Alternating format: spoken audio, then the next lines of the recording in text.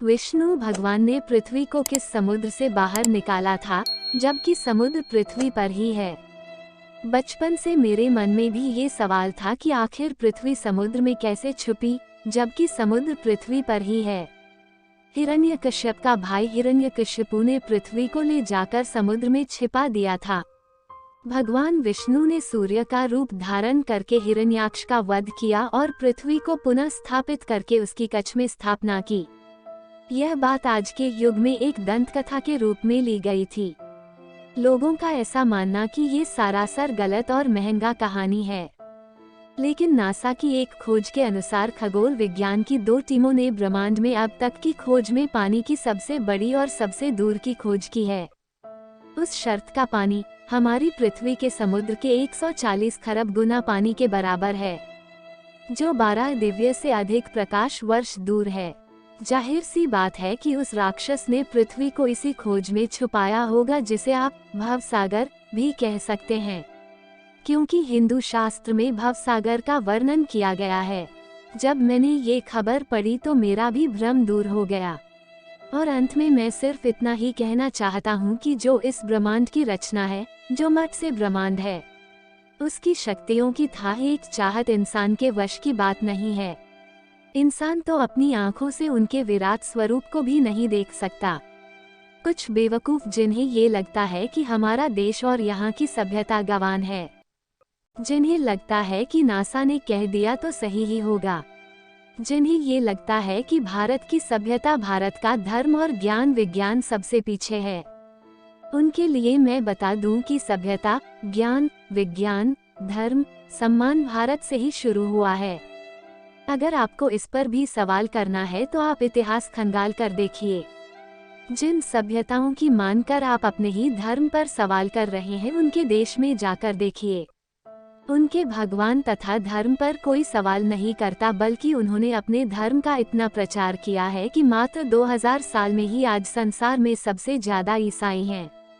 और आप जैसे बेवकूफों को धर्म परिवर्तन कराते हैं, और आप बेवकूफ हैं जो खुद अपने ही देश और धर्म पर सवाल करते हैं। अगर उनकी तरह आपके भी पूर्वज बंदर थे तो आपका सवाल करना तथा ईश्वर पर तर्क करना सर्वदा उचित है। कौन होता है नासा जो हमें ये बताएगा कि आप सही हैं या गलत? हिंदू धर्म कितना प्राचीन है इसका अनुमान भी नहीं लगा सकता नासा। जब इंग्लैंड में पहला स्कूल खुला था तब भारत में लाखों गुरुकुल थे, और लाखों साल पहले 4 वेद और 18 पुराण लिखे जा चुके थे। जब भारत में प्राचीन राज प्रथा चल रही थी तब ये लोग कपड़े पहनना भी नहीं जानते थे। तुलसीदास जी ने तब सूर्य की दूरी के बारे में लिख दिया था, जब दुनिया को दूरी के बारे में ज्ञान ही नहीं था। खगोल शास्त्र के सबसे बड़े वैज्ञानिक आर्यभट्ट जो भारत के थे, उन्होंने दुनिया को इस बात से अवगत कराया कि ब्रह्मांड क्या है, पृथ्वी का आकार और व्यास कितना है। और आज अगर कुछ मूर्ख विदेशी संस्कृति के आगे भारत को झूठा समझ रहे हैं तो उनसे बड़ा मूर्ख और द्रोही कोई नहीं हो सकता। ये अपडेट करना आवश्यक हो गया था। जिनके मन में ईश्वर के प्रति शंका है, जो वेद और पुराणों को बस एक मनोरंजन का पुस्तक मानते हैं, उनके लिए शास्त्र कहता है, भगवान विष्णु के प्रति प्रीति नहीं रखने वाला अस्नेही या विरोधी, इसे ईश्वर विरोधी भी कहा गया है। ऐसे परमात्मा विरोधी व्यक्ति मृतक के समान है। ऐसे अज्ञानी लोग मानते हैं कि कोई परम तत्व है ही नहीं। जब परम तत्व है ही नहीं तो यह संसार स्वयं ही चलायमान है। हम ही हमारे भाग्य के निर्माता है, हम ही संचार चला रहे हैं। हम जो करते हैं वही होता है। अविद्या से ग्रस्त ऐसे ईश्वर विरोधी लोग मृतक के समान है, जो बगैर किसी आधार और तर्क के ईश्वर को नहीं मानते हैं। उन्होंने ईश्वर के नहीं होने के कई कुतर्क एकत्रित कर लिए हैं। दिन और रात का सही समय पर होना, सही समय पर सूर्य अस्त और उदय होना, पेड़ पौधे, अणु परमाणु तथा मनुष्य की मस्तिष्क की कार्यशैली का ठीक ढंग से चलना, ये अनायास ही नहीं हो रहा है।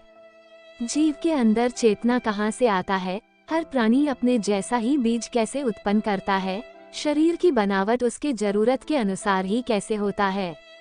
बिना किसी निराकार शक्ति के ये अपने आप होना असंभव है। और अगर अब भी ईश्वर और वेद पुराण के प्रति तर्क करना है तो उसके जीवन का कोई महत्व नहीं है।